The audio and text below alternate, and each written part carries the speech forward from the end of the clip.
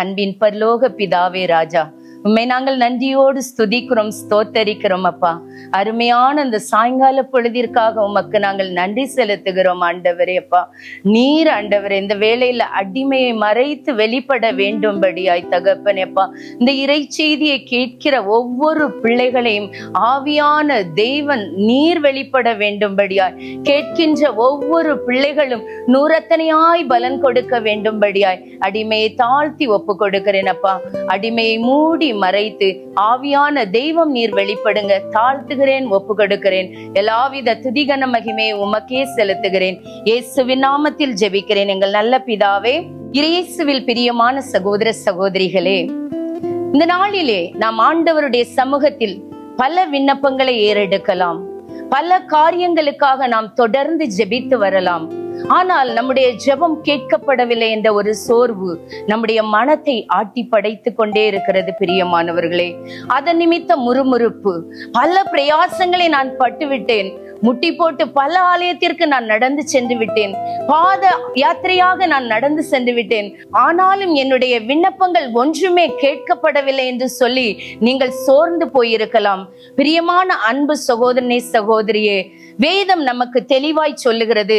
திருப்பாடல் 62:5 சொல்லுகிறது, நெஞ்சே நீ கடவுளுக்காக மௌனமாய் காத்திரு, ஏனெனில் நீ எதிர்பார்க்கும் நலன் வருவது அவரிடம் இருந்தே. ஹல்லேலூயா. வேதம் இதைதான் நமக்கு சொல்லி தருகிறது. நீ மௌனமாய் தேவனுடைய சமூகத்தில் காத்திரு என்று சொல்லி.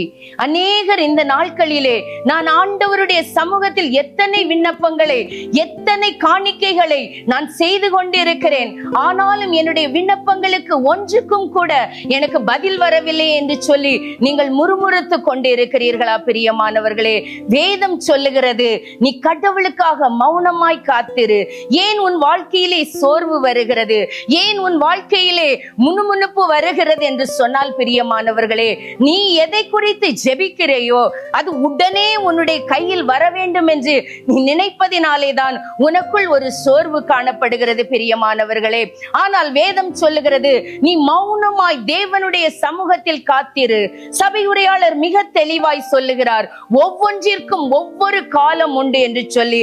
பேதுரு சொல்லுகிறார், அவருடைய வல்லமையுள்ள கரத்திற்குள் உங்களை தாழ்த்துங்கள், ஏற்ற வேளையில் அவர் எல்லாவற்றையும் செய்கிறவராய் இருக்கிறார் பிரியமானவர்களே. நாம் ஆராதிக்கிற நம் தேவன் விண்ணையும் மண்ணையும் படைத்த சர்வ வல்லவர் பிரியமானவர்களே. அவருடைய சமூகத்தில் வருகிற ஒருவரையும் அவர் தள்ளிவிடாத தகப்பனாய் இருக்கிறார். இந்த நாளிலே நீங்கள் கலங்கி கொண்டிருக்கிறீர்களோ, ஐயோ என் வாழ்க்கையில் கடன் போராட்டம், கடன் பிரச்சனை, என் வாழ்க்கையிலே கண்ணீரும் கவலையும் தவிர வேறொரு மகிழ்ச்சியையும் நான் அனுபவிக்கவே இல்லை என்று சொல்லி நீ உன் வாழ்க்கையில் அழுது புலம்பிக் கொண்டு இருக்கிறியோ, என் அன்பு சகோதரனே சகோதரியே, உன் வாழ்க்கையை நீ ஆண்டவரிடம் ஒப்படை. ஆண்டவரை தேடி வா பிரியமானவர்களே. ஏனென்று சொன்னால் திருப்பாடல் 6:7 சொல்லுகிறது, என் மீட்பும் மேன்மையும் கடவுளிடமே இருக்கின்றது. நம்முடைய மீட்பும் நமக்கு கொடுக்க வேண்டிய நீ எதிர்பார்த்திருக்கும் மேன்மையும் நம் ஆண்டவராகிய இயேசு கிறிஸ்துவிடமே இருக்கிறது பிரியமானவர்களே.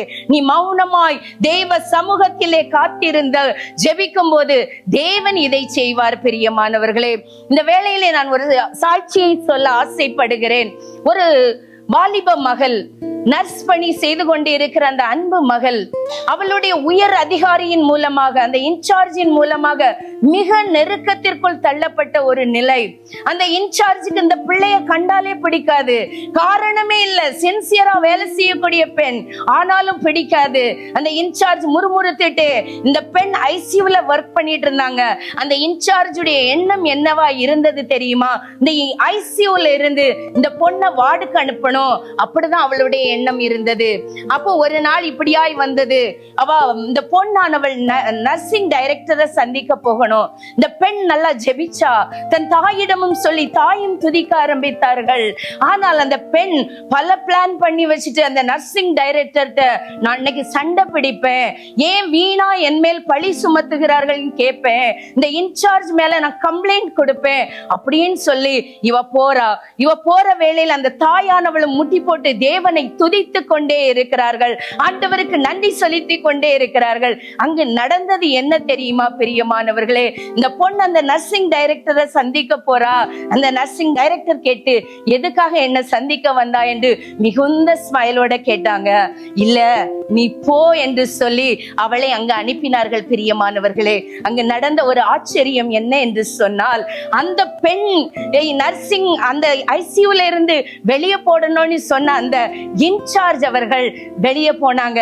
ஆனா அந்த பெண் அதிலே இருந்து வேலை செய்ய ஆண்டவர் கிருபை செய்தார். பிரியமானவர்களே, உங்களுடைய வாழ்க்கையிலும் உங்கள் உயர் அதிகாரிகளின் நிமித்தம் உங்களுக்கு துன்பங்கள் வரலாம், உன் கணவனின் நிமித்தமாய் உனக்கு பிரச்சனைகள் வரலாம், உன் பிள்ளைகளின் நிமித்தமாக நீ அவமானத்திற்கு உள்ளாகலாம். நீ வெட்கப்பட்டு போக தேவையே இல்லை. நீ ஜெபிக்கிற ஒரு மகனாய் மகளாய் இருந்தால் ஒரு போதும் வெட்கப்பட தேவையே இல்லை.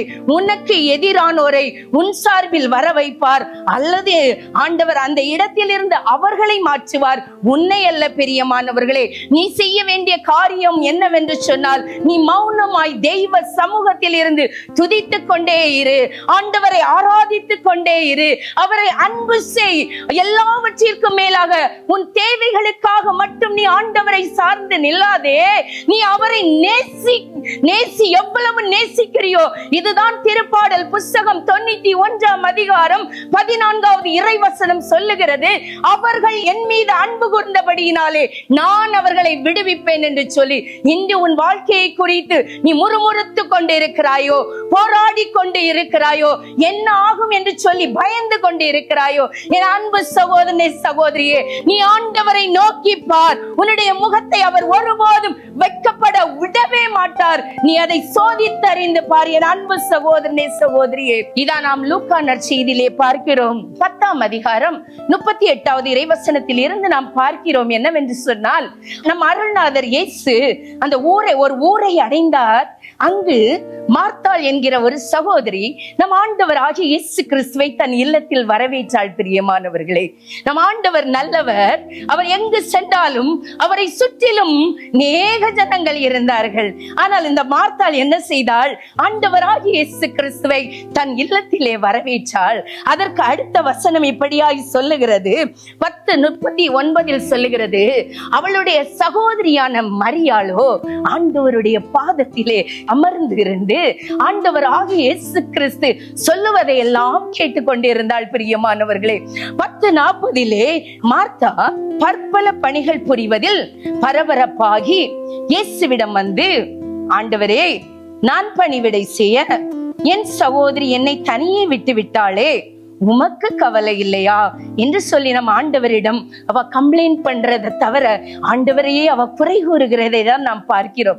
நாமும் இந்த வாழ்க்கையில, ஆண்டவரே, நான் எத்தனை வருஷம் இந்த வாடகை வீட்டுல இருந்துட்டேன், ஆண்டவரே, நான் சின்சியரா சர்ச்சுக்கு வர்றேன், நான் உம்மை தேடுறேன், ஆண்டவரே, நான் வேதத்தை வாசிக்கிறேன், உம்மை துதிக்கிறேன், ஆனாலும் எனக்கு ஒரு சொந்த வீடு இல்லையே, என்னுடைய பிள்ளைகளுடைய வாழ்க்கையில ஒரு உயர்வு இல்லையே, ஆண்டவரே, நேகரை காட்டிலும் நான் தாழ்நிலையில் உள்ளேனே, உமக்கு அக்கறை இல்லையா, உமக்கு கவலை இல்லையா என்று சொல்லி மார்த்தாவை போல நீங்களும் முறுமுறுத்து கொண்டு இருக்கிறீர்களா?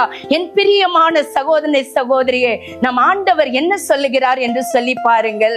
லூக்கா நற்செய்தி 10:41 இது சொல்லுகிறது, ஆண்டவர் அவரை பார்த்து, மார்த்தாவை பார்த்து, மார்த்தா மார்த்தா, நீ பலவற்றை பற்றி கவலைப்பட்டு கொண்டிருக்கிறார். பிரியமான என் சகோதரனே சகோதரியே, இன்று நம் பற்பல காரியங்களை பற்றி, பல காரியங்களை பற்றி கலங்கிக் கொண்டு இருக்கிறபடினாலே தான் நாம் தேவ சமூகத்தில் வர முடியவில்லை. பிரியமானவர்களே, நம்முடைய கவலைகள், நம்முடைய எல்லாமே ஆண்டவருடைய பாதத்தில் அமர தடைகளை கொண்டு வருகிறது.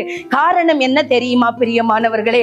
இது பிசாசின் ஒரு சூழ்ச்சி. பிரியமானவர்களே, தெய்வ சமூகத்திலே நீ மரியாளை போல அமர்ந்திருப்பாய் என்று சொன்னால் எல்லா ஆசீர்வாதங்களையும் நீ பெற்றுக் கொள்ளுவாய். அதனாலே இந்த பிசாசானவன் உலகத்தின் மீதும் அதன் காரியங்களின் மீதும் உன் சிந்தையை அதிகமாக செலுத்த அவன் முற்பட்டு கொண்டிருக்கிறான். ஆனால் நீ அவனுடைய சத்தத்திற்கு கீழ்ப்படிந்து பற்பல காரியங்களை குறித்து நீ கலங்கிக் கொண்டிருக்கிறாய். ஆண்டவர் நம்முடைய அருள்நாதர் இயேசு சொல்லுகிறார், தேவையானது ஒன்றே, மரியாவோ நல்ல பங்கை தேர்ந்து கொண்டாள், இது அவளிடமிருந்து எடுக்கப்படாது என்று சொல்லி பிரியமானவர்களே, மரியாவை போல நாம் தெய்வ சமூகத்தில் காணப்படும் போது நம்முடைய வாழ்க்கையின் ஒவ்வொரு தேவைகளையும் நம் ஆண்டவர் சந்திக்கிறவராய் இருக்கிறார். பிரியமானவர்களே, யோசுவாவின் புஸ்தகம் 6ஆம் அதிகாரத்துல நம்ம தொடக்கத்துல இருந்து பார்க்கும் போது என்ன சொல்லப்படுகிறது என்று சொன்னால், அந்த யோசுவாவுக்கு ஆண்டவர் கட்டளை இடுகிறார், அந்த எரிகோ மதல நீங்க ஒரு நாளைக்கு ஒரு தரமும் 6 நாள் அப்படியாவும் 7வது நாள் 7 முறை சுற்றி வாருங்கள். 6:20 சொல்லப்படுகிறது, மக்கள் ஆரவாரம் செய்தனர், எக்காலம் முழங்கின, எக்காலத்தின் ஓசை கேட்டதும் மக்கள் பேரொலி எழுப்பினர், மதில் இடிந்து விழுந்தது என்று சொல்லி பிரியமானவர்களே, இந்த நாளிலும் உங்கள் வாழ்க்கையில இந்த எரிகோ மதிலை போல பல காரியங்கள் நீங்கள் ஆசீர்வதிக்கப்பட முடியாதபடி தடையாய் காணப்படுகிறதா?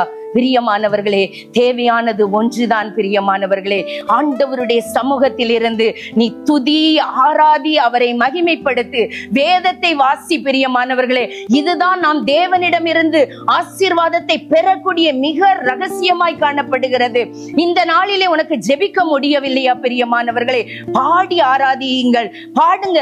எவ்வளவு நேரம் பாட முடியுமோ பாடுங்க, பாடிட்டே இருங்க. பாட பாட பாட நமக்கு முன்பாக இருக்கிற எல்லா தடைகளையும் நம் ஆண்டவர் இயேசு மாற்றி போடுவார். பிரியமானவர்களே, ஆண்டவருக்கு உங்கள் வாழ்வை அர்ப்பணியுங்கள். அவரே எல்லாவற்றையும் வாய்க்க செய்கிற தேவனாய் இருக்கிறார். அதனால ஒருபோதும் சோர்ந்து போகாதீர்கள். நம் ஆண்டவர் நல்லவர், அவரை தேடுகிறவருக்கு அவர் நன்மை செய்கிறார். நீ எதிர்பார்க்கிற நலன் வருவது அவரிடமே இருந்தே. பிரியமானவர்களே, ஒரு நிமிடம் கண்களை மூடி நம்மை அழைத்து வந்த தேவனை நோக்கி பார்த்து ஜெபிப்போமா?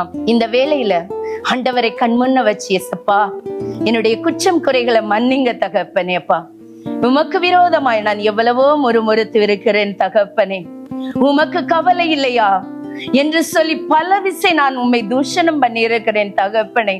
ஒரு விசை என்னை மன்னிங்க ஆண்டவரே. அப்பா, நான் எதிர்பார்க்கிற நலன் உம்மிடமிருந்தே வருகிறது என்று வேதம் சொல்லுகிறதே. அப்பா, நான் இந்த மரியாளை போல உம் பாதத்தில் அமரக்கூடிய அந்த கிருபையினால நிரப்புங்க என்று சொல்லி ஜெபிங்க. அன்பின் பரலோக பிதாவே ராஜா, கேட்டுக்கொண்டிருக்கிற ஒவ்வொரு பிள்ளைகள் மீதும் உம்முடைய அளவில்லா நன்மை இறங்கி வருவதாகப்பா. உன் வழிகளை ஆண்டவரிடம் ஒப்படைத்து விடு, அவரே உன் சார்பில் செயலாற்றுவார் என்று வேதம் சொல்லுகிறது. பிரியமான அப்பா, உன் வழிகளை ஆண்டவரிடம் ஒப்படைத்து விடு, அவரே உன் சார்பில் செயலாற்றுவார் என்று வேதம் சொல்லுகிறது. சுவாமி, ஒவ்வொரு பிள்ளைகளுடைய வாழ்க்கையிலும் தகப்பனே அப்பா, அவர்களுடைய தேவைகளை அவர்கள் நினைப்பதற்கும் ஜெபிப்பதற்கும் அதிகமாய் செய்கிற தேவன் நீர் அல்லவப்பா.